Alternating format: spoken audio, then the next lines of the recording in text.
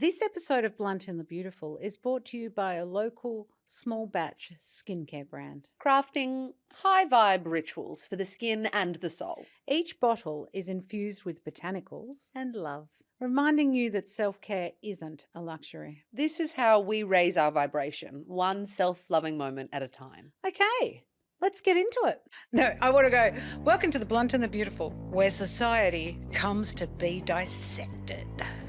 Don't hit the C on cums like that.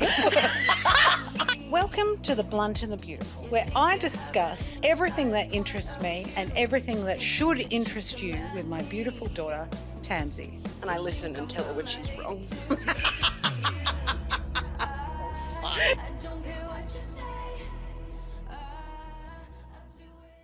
Hello and welcome to Blunt and the Beautiful. Hello, Miss Tansy. Hello, Katie. How are you? Really well, actually. I'm very well, cannot complain. Listen, I want to do something that's very important that keeps coming up on my social media channels. So now I'm going to bring it to the pod, bring it to the people. Absolutely. Bring it to the pod people. Go. Which is living your life by your values. Because I see so many women and some men who just sacrifice everything. Yep. And they're doing it for their partners, their kids, their jobs, their health suffering, their identity. You know, it's a fucking shit show, right? And you know, this whole sacrifice as a woman is noble, but it gives you an autoimmune disease. You love to talk about this, and you're right. I'm not saying you're not right. I'm just saying it's come up quite a few times at this point. And it's when you're not living. Oh, sorry, I'm so angry. I touched the mic. When you're not living by your values, your life is off kilter. Because I see a lot of women who I think actually do know their values deep down, but they can't acknowledge them because it would take them off the chosen path currently, Right. which is to sacrifice and to sacrifice and to sacrifice. And then I see a lot of men who don't know their values at all, but are living kind of almost more intuitively because they have been raised to be more selfish, basically. So they can live more intuitively, and we just have to kind of deal with it. Whereas there's a lot of women that could, if we gave them 25 minutes, they could actually name the feeling on the wheel of feel. But they are not allowed to. So you think selfishness for men is probably why they're more in touch with that inner compass? Yeah, I think so, because they were raised to follow their own path and to follow their own intuition, and that they ultimately know best. When I would posit, they often don't. Well, that's true. And I mean, the thing that I've learned is that your values aren't luxuries, right? Yep. They are the compass that keeps you whole. And when you live by them, you will actually stop bleeding out. Yeah. Yeah, and it's that fucking bad because I speak to so many women who are a husk of a person. I'm a husk. Yeah. It's the Maria Bamford joke. Yeah. And so when I haven't lived by my values, it's always bitten me in the ass. Oh, of course. And you just have that kind of a bit sicky feeling all the time. Do you know what I mean? Like that slightly queasy, or I feel a bit, I'm doing the wrong thing. And when you are living by your values, I find that your life gets so much easier because you're able to actually act off intuition. So you're far more decisive and you get shit done quicker, right? So it becomes almost a productivity thing as well as an alignment. Yeah, it's true. It's not a goal sheet. It's a lighthouse. Absolutely. Pop that on a T-shirt. Fucking catchphrases on catchphrases with Katie. No, because I wrote like what my life feels like according to my values. I feel calmer. Mm-hmm. I like myself more. Yeah. Because it gives me a bit of self-respect, right? Mm-hmm. And when you feel calmer, you're not always dealing with that. Something feels off. Something feels not right, right? You stay motivated because you know what inspires you. Yeah. I think you handle stress better because they give you a sense of why you're doing something. Absolutely. Decisions get clearer because you go, does that actually fit with what I want to do? And you become more adaptable. So I was talking to a woman I did a reading with last week who has been offered the massive job. Yeah. The job of her dreams. Mm-hmm. She manifested this job. This job didn't exist. Love it. And when she wrote that, a lot has changed and her values have changed. Yeah, and when we did a list of, you know, where she should go, she's been offered a smaller, more creative job. It's the creative smaller job, you know, that she doesn't need the value for approval. She doesn't have that need for validation anymore. The values that she has is around creativity and curiosity, you know. That makes a lot of sense. Yeah. So I want to talk about our values because I didn't make you. I asked you to do your Mummy's made me do a BuzzFeed quiz again. No, I did make you do a test on the weekend Okay, we she talked keeps about getting me tested. And I don't know what that's about. So and they do change. Yes. Mine are creativity, health, curiosity, Kill the cat. freedom, Yep. and authenticity. Beautiful. So how do those things show up in my life? Now, if you'd asked me 10 years ago, there's no way health would have been in there. At 54, I am more and more aware of what a privilege it is to age. Yes. So now it's anti-inflammation diet. Yes, I'm one of those annoying people. She's hitting the Huffy Puffy gym. I'm going to strength training. And, you know, I hate it. And every time I get there, I say to Elisa, who is my beautiful trainer, and I say, I fucking hate it. She goes, I know, but you'll feel better. And I do feel better. That sucks. Good on you. Curiosity, I just love knowing shit. Yeah, I know you do. I'm never happier when someone asks me to research something for them. Absolutely. And then when they ask you to explain it, you love it. Oh, I love it. Freedom, obviously self-employed, blah, blah, blah. And authenticity, you know, showing up as myself, particularly on social media, has absolutely been a game changer for me. Yeah. So yours are, do you remember them or do you want me to read them out? You can read them out. I'm shy. Love. Yeah. Tolerance. Yeah. Beauty. Thank you. Helpfulness. Helping girl. Yeah. And equality. Yeah. Now, talk me through how each of these show up in your life. Love. Love a girl. She's a lover girl. I love the people I love. I don't love the people I don't, but the ones I do, I really love, and I have a lot of time for love and affection. I think, and you're quite verbal in your love and touchy. Yeah. Give us a cuddle. Yeah, she likes to scratch you with those nails. I do. I also am not opposed to holding a platonic friend's hand as we cross the road. You still hold my hand. Yeah, and come on, Dad's sweetie. Hand. We gotta go. So very physically affectionate. Tolerance. How does that show up for you? I'm not a bigot. This is probably first and foremost the one for that. That's as it should be. I think I have more an ideological tolerance than a practical tolerance is the way we'd say it. I'm very tolerant of other people's views and beliefs. I'm very tolerant of different ways of living, different choices that people make. I'm less tolerant of like, are you stupid? Kind of right in the room with me. I can be impatient, but I think I'm quite tolerant. You're intolerant of bigots and racists and fuckwits. That is true. I'm allergic. And that's as it should be. Yeah. Beauty. How does your life align with the value of beauty? I mean, the theatre director, so much of what I do in that is like aesthetic curation, and playing with like references and different worlds and building worlds and how do we, a lot of my work, sorry, wanker alert, trigger warning, Tansy's about to be a wanker. So much of what we do is explore this kind of idea of plethora, which if you're a long-time listener to the pod, you've heard Mum talk about how all art and fashion and beauty is political and there's always 1,000 references and that's what plethora is. And it's distilling references down to its like a homogenized aesthetic form. Well, big words, stone her to death, she's being annoying. But I think that stuff is really important. I also am obsessed with beauty. Yeah. I'm obsessed with makeup. I'm getting a facial at Mecca tomorrow. Live, laugh, love. I love nails. At the Willy and hair. Wonka store. Yeah, at the Willy Wonka Island on Burke Street.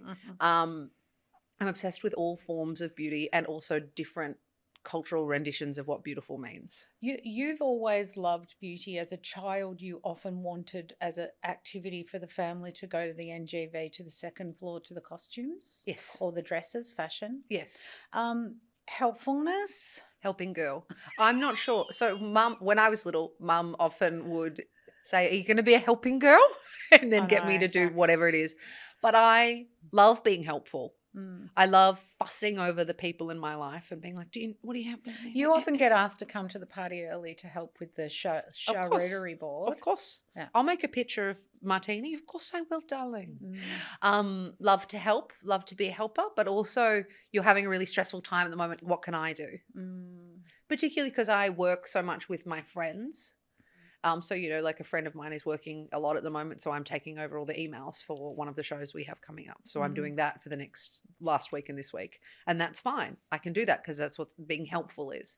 But my lesson is to learn to accept when people are being helpful to me. That's my lesson. I'm getting better at it. My partner now has been really, really good at being like, just fucking let me do it. Let me help you. And I'm going to do it differently to how you do it, but it's still done. That's very Aries South Node, though. Yeah, anal retentive. Yeah. And equality, obviously, you're equality queen. As Lin-Manuel Miranda once said, love is love is love is love. Fuck me, yeah, right. But yeah, I love it. I love social justice. I love change. I love progress. Guess what side of the political spectrum I sit on? Yeah. Well, it's true, though, because if you do something that goes against that value of equality because you say, oh, well, I'm not going to hire that actor, even though they're the right actor for the job because there's a disability there. That goes against every single value that you have. That's not. You'll hate wouldn't yourself. be me. The idea of it, not to say that you can't fuck up your values, right? But that one I feel like is so extreme. But that someone I'm like, says, I'll give you $250K to do this show, but you can't have a disabled person in it. Go fuck yourself. What are you talking about? Yeah, I know. Eat my ass. How about that? But some people would take the 250 and then it'll be a shit show. Yeah, because you can suck my dick with that 250. No, it's not happening. And it's going to end up coming back. It's going to be... And you compromise yourself. Yeah. And there's not I'm sure that there is a monetary amount that I would compromise myself for. I'm sure everyone has that amount, right? I would be stupid and arrogant and naive to be like, I can't be bored. We can all be bored. But I feel like to compromise something, specifically disability, I'm very, very, very staunch about disability in particular. Yeah, totally. And so something like that, it would be... the roof's a lot higher for that one, my friends, for me to compromise on, because it just goes against everything I actually believe in. And the problem with that is that then you'll be known as the person who sold out forever. Oh, I feel sick. Why would you say that? They'll go, oh, you're that person. I mean, for me, authenticity is a really big one. Whenever I'm a wanker, whenever I try and be a bit fucking special, big jiggity, yeah, bit jiggity, the universe kicks me so hard in the baby maker that I have to remember that I'm just a meme. Yeah, no, absolutely. And the more people keep going, oh, you're so real, and I'm like, because if I'm not, I'm going to kick myself in the face. It's either someone kicks you in the face or your son, who you're cyclically linked to, goes... Yeah, whenever I'm really annoying, he makes that trumpet sound. But yeah, I am a little bit trumpety sometimes. Absolutely. Once we have to get you down off your bugle post, yeah, to stop definitely singing the on last social post, media. girl. Whenever I've tried to be something, or got a bit fucking big for my butsarcuses, I fucking always end up getting called out, and I feel like a cock. There's nothing worse than doing something that compromises your values, and it's like the repercussions are not the end of the world, but God, you feel like a knob. Oh yeah, and often here's something. I'll put a video up and I'll know that I shouldn't do it. Naughty. And sometimes the algorithm, it won't upload properly. It's like the universe has gone, do you really want to fucking put this video on? It's like that theory that your ancestors are the ones that when you get your jacket or your jean loop caught in a door, it's your ancestors being like, fucking slow down. Well, that's my ancestors going, do not put that video up. And every time I've ignored it, I've been fucking rinsed. So I've got to trust that authenticity. Don't be a fucking wanker. Absolutely. In life, don't fucking... this is in action, and Dave can actually attest to this. I went to a bar once. It was a new bar. It was very cool. It was all happening.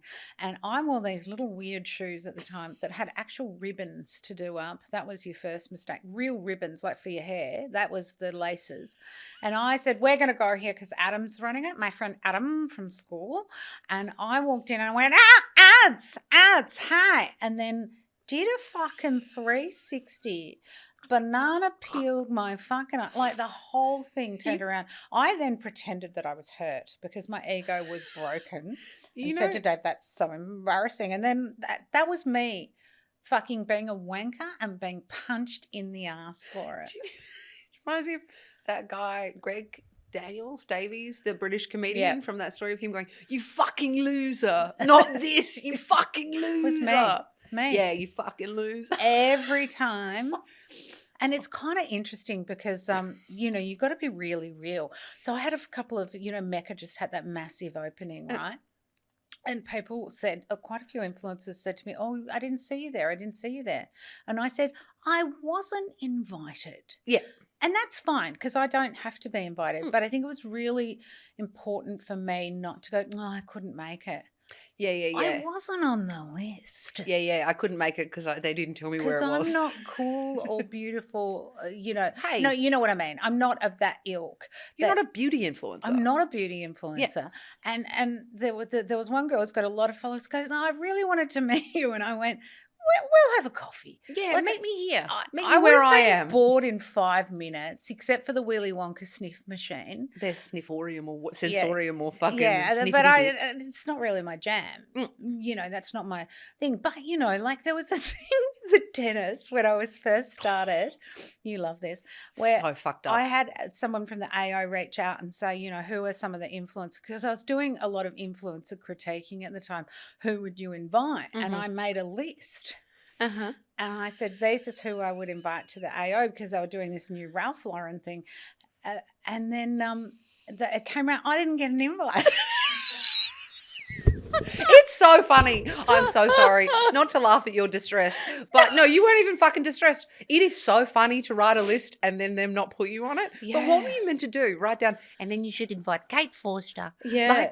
I'm writing all the people that I liked, and then I didn't get an invite. You planned a birthday party that you weren't invited to. That's fucking crazy. But authentically, I'm not a person who would go to the Mecca or the fucking AO. That's not my vibe. If I went there, it would be like, no, I go to the fucking Chemist Warehouse and watch Luke and Sassy Scott play. Yeah. That's it. Absolutely. And when I pretend that I'm something I'm not, then it, bites you in the ass. People call me out on it too. Yes, mostly.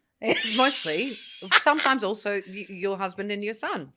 So I've got a thing in terms of values, and people might not even realize I have those values around authenticity, showing up to shit that matters to you, that is you, and not showing up to shit that doesn't. Yeah, that's a really big one. Showing up for your kids is really important. Keeping a promise to yourself, honouring that. Oh, absolutely. Family, obviously, if family is a value to you, then how are you showing that? Is it weekly dinners with everyone? Is it, the house is messy, but the kids still want you to go and play totem tennis? That's Or is it that, if your family is a value to you, understanding that the way you want to spend time with your family may not be the way your kids want to spend time with you necessarily. And so your value of family means understanding them and meeting them where they are, right? Means that maybe they don't want to do a roast dinner every Sunday night, but on Thursdays we could get pizza and we could do that because that's what will actually encourage family time and not like regimented tradition. Yeah, and if friendship is an important value to you, and maybe friendship's more important than family because friends are your chosen family, what sort of friend are you? Maybe you just want to show up. I mean, one of my best friends lives in another state. I only see her every 5 years. We speak once a month and it's a really deep conversation and then we maybe text a bit. She's not really a texter. But that friendship is how it works for both of us. Yeah. And it's really important. I think putting pressures on friends is not ideal. It's not the move, my sweet. Integrity, owning up when you fuck up. Yeah, that's a big one. That's absolutely a big one. Owning up. Yeah. Self-respect. I have a question for you. Yes. By your own definition, how is accountability different from integrity? I don't know. What a fucking sick answer. What the fuck? I don't know. I mean, I think that I don't know. I'd have to look at the definition. No, I meant by your definition. I don't know. Okay. I can't answer that. Maybe we'll cut that bit. Fuck me. All right. No, self-respect, leaving a job. So I started working at a job. I knew I'd heard it wasn't a great place to work. I needed the job. Yeah. I needed the money. Mm-hmm. I went to the interview. It was a bit loose. Mm-hmm. I kind of acted like, I'm not really sure I want it. I got the job because I think no one else wanted it. Yep. 6 weeks into that job, Mm-hmm. I experienced something so horrific at work, and I knew I should leave, Yep. self-respect, and I didn't. Mm-hmm. Mm-hmm. And I stayed. Yep. And by the end of working in that job, I was close to a nervous breakdown. Yes, that's true. And my self-respect value had gone out the window. Mm-hmm. So where you're not valued, Mm-hmm. that's a lesson that I learned that I need to have Absolutely. as one of my sub-values. Well, yeah, and you're in that situation. I mean, you'd been at the job for, 6 weeks. Mm. Obviously, if you needed the money, that makes a lot of sense. But again, it's that costing yourself. Like, how much does this cost for me to endure this versus what am I getting back? Yeah. Is it worth it? Have you been in a place where you've had to choose self-respect? Every day. Every fucking day. No. Well, yeah, I think yes, but also, I mean, with like relationships and breakups and choosing to leave a relationship because I just couldn't do it anymore, blah, blah, blah, blah, blah. But also in work stuff, particularly around theatre, I think it's your own standards. I think, not to sound like a wank again, but being a director, you're blamed for a lot that the audience sees. If it's, even if the chairs are uncomfortable, they're like, why did Tansy put it here? Like everything about it. Oh, the stairs are pretty steep. Did she think about that? It ends with us. It ends with the line stops here, darling. And so it becomes like your self-respect is your standards. And so when you're leading a space, making sure everyone else is living up to the standards you set for the space, and making sure you also live up to the standards that you set. A quick break for a word from this episode's sponsor. You don't need to earn self-care. You're not a puppy waiting for a treat, all right? You simply deserve it because you're here. Women spend so much of their lives giving to work, to their children, to their parents, to their partners. Every group chat starts with a, would you mind? Yeah, I do mind actually.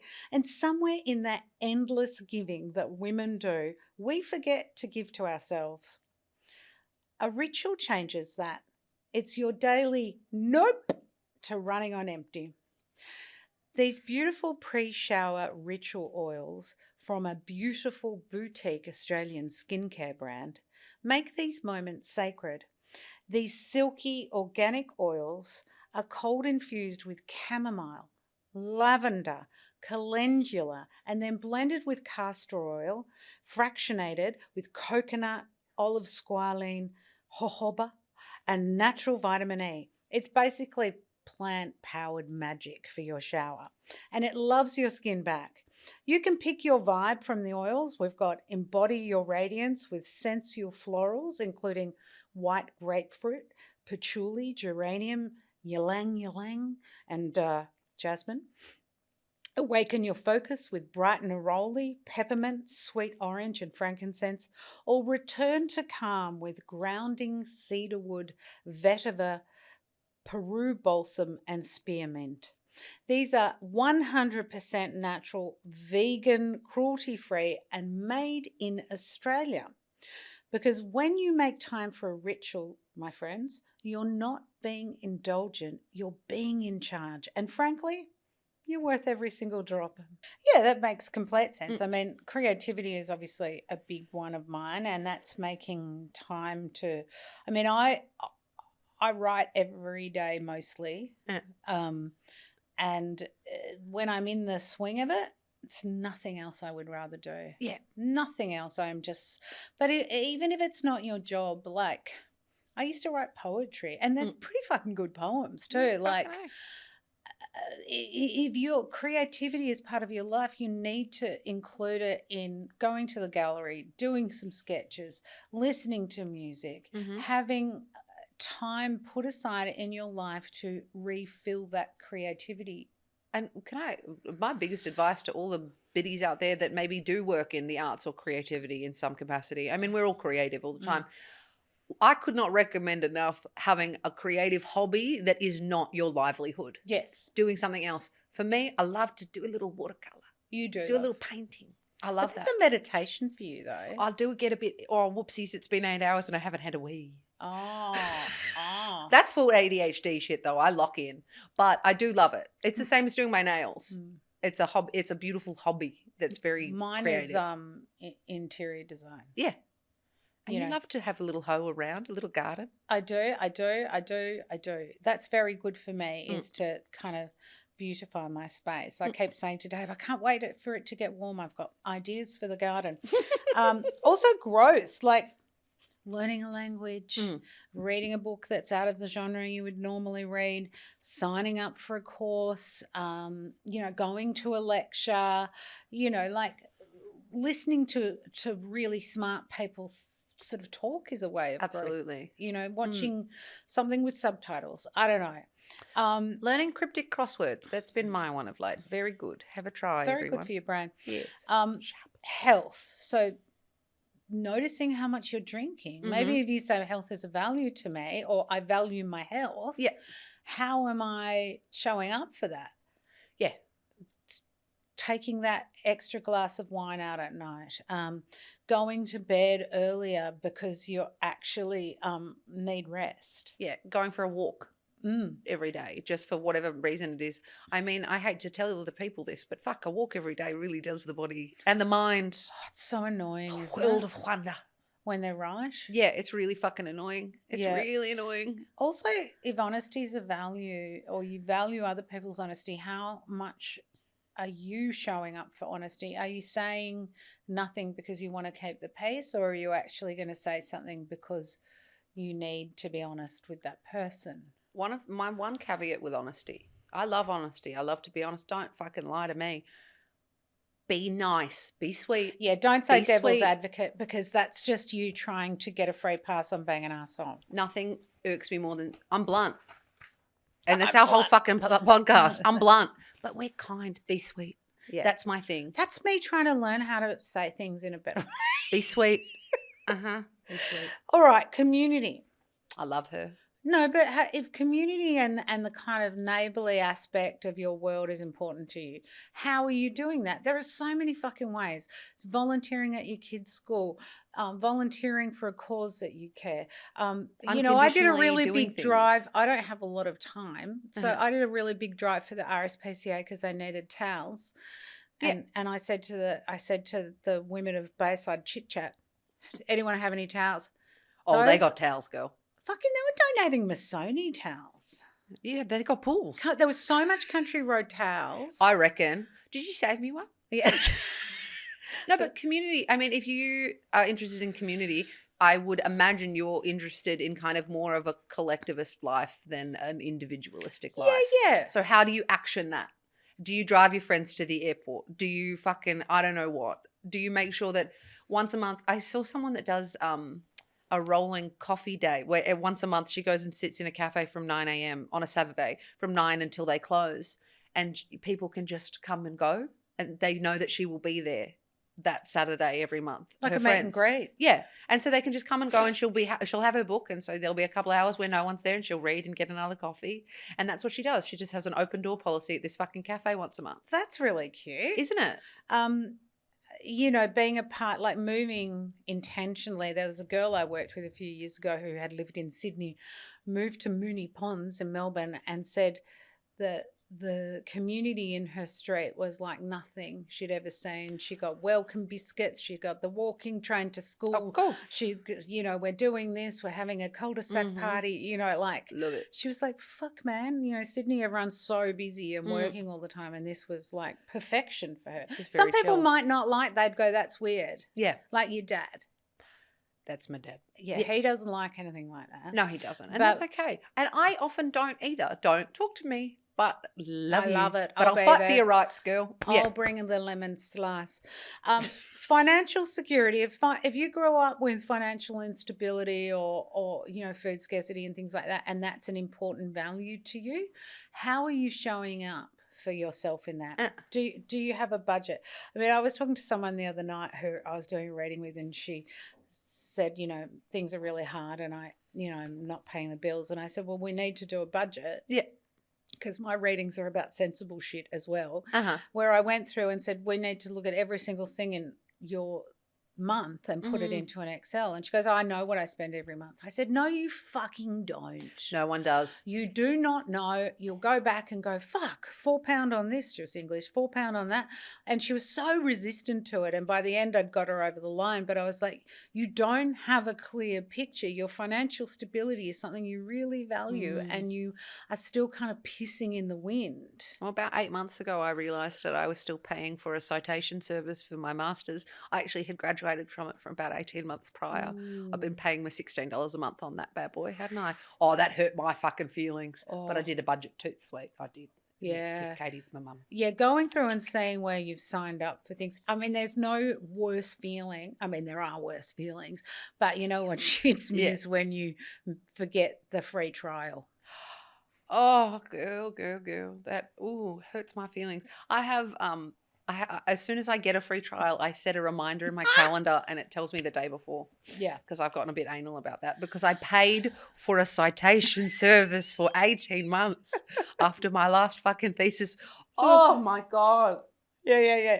So like if beauty is one of your values, and yes, you do it through your work, but also you love a Saturday morning Victoria Market flower bunch moment, Ikebana moment where you come back and arrange them in your vase. So this week I got some ranunculus. I love them. Red ranunculus, purple asters, and then pink, bright, hot pink carnations. See, they remind me of Patsy, my basically my aunt. She loved a ranuncular. I love them. I love bright coloured flowers that clash next to each other. Yeah. So fairness might be a really important value to you, and it might not be that you're at a rally every week because that's important, but it might be that you stand up for the person in the cafe who's not being treated appropriately, or you stand up for someone who's being rude to a retail worker. That's where fairness can show up for you. Well, and you can also be a really good diplomatic asset to your friendships or to your family if fairness is important to you. You could be more objective than the people around you, because that's something you really prioritize, is that objectivity when it comes to disagreements, particularly. I mean, this whole values thing harkens back to Dr. Martin Seligman, who basically invented authentic happiness. Yeah, and you can go on, and I'll put all of this in the Facebook group and in the notes for the show. But you can go and do his test, sign up. It's free with the University of Pennsylvania, and track your strengths, your values, and they will change over time. You can do depression tests, all of those things, but it kind of holds it in this one place. And his whole thing is, get a job that aligns with your strengths. Yes. Live a life that aligns with your values. It is so much fucking easier. Yeah, it just absolutely is than trying to square peg round hole yourself. Yeah. So, let me ask you this. Would you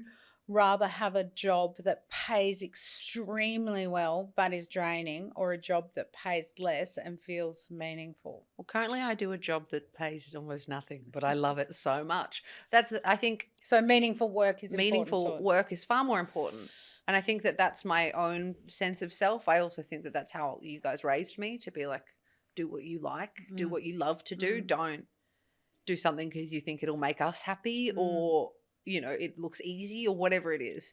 Do the thing you love, even if it's hard, basically. I mean, I always wanted Spike to be a doctor. Well, every time you showed him body parts as a kid or your veins, he would go, Yeah, I used to have to drive like a 15-year-old girl with my thumbs through a thumb hole of my top because he would cry if he saw my veins. So did you think that would go well, his medical career, or no? Yeah, but that was me being a worker. So and you know what happens? He cries. He does cry. So that obviously meaningful work. And there's no right or wrong, because some people who grow up with scarcity or financial insecurity will stay in the job because they can cope, because their value is security. Well, absolutely. Or people that are like, well, I have a really rich life. Not saying that you or I don't. I have a really rich life outside of work. I don't discern any of my value from work. I'd rather cash a bigger check and get the fuck out. I really admire people who can just fucking turn it off and go home. I agree. I can't.